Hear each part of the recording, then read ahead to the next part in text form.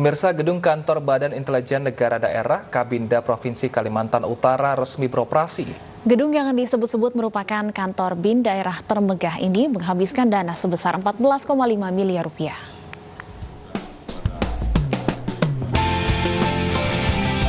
Gedung kantor Badan Intelijen Negara Daerah Provinsi Kalimantan Utara resmi beroperasi.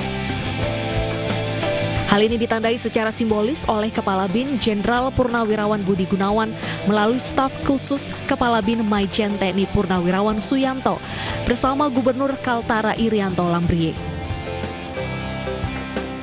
Anggaran pembangunan fisiknya sendiri bersumber dari Anggaran Pendapatan dan Belanja Daerah Kaltara 2020 sebesar 14,5 miliar. Para pejabat BIN yang ada di daerah maupun petugas-petugas itu akan bisa bekerja makin lebih nyaman, juga makin lebih profesional. Kantor ini tentunya nanti bermanfaat untuk kita gunakan bersama Musbida di sini.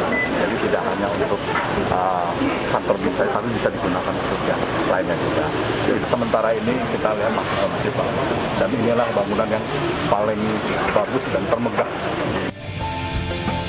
Diharapkan bangunan ini dapat bermanfaat bagi pemerintah daerah setempat dan Musbida untuk berkoordinasi dan berkolaborasi. Dari Tarakan, Kalimantan Utara, Usman Codang, iNews melaporkan.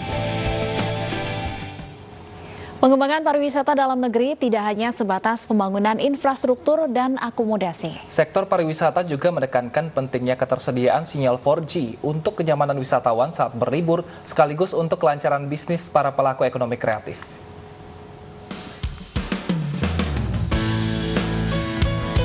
Perluasan ketersediaan sinyal telekomunikasi di 5 destinasi wisata super prioritas menjadi bahasan utama dalam pertemuan antara Menteri Pariwisata dan Ekonomi Kreatif Sandiaga Salahuddin Uno dengan Menteri Komunikasi dan Informatika Johnny G. Plate. Menparekraf menilai infrastruktur telekomunikasi di destinasi wisata super prioritas sangatlah penting dalam pengembangan pariwisata dan ekonomi kreatif di masa depan. Sekarang melihat bahwa TIK ini bukan lagi infrastruktur tambahan, tapi infrastruktur utama. Karena begitu kita mendarat di 5 destinasi super prioritas, kita akan nyalakan smartphone kita atau HP kita dan kita akan sangat bergantung terhadap coverage signal. Menkominfo berkomitmen akan membantu kesiapan jangkauan dan peningkatan kualitas sinyal 4G untuk membantu agar sektor pariwisata segera bangkit setelah dihantam pandemi COVID-19.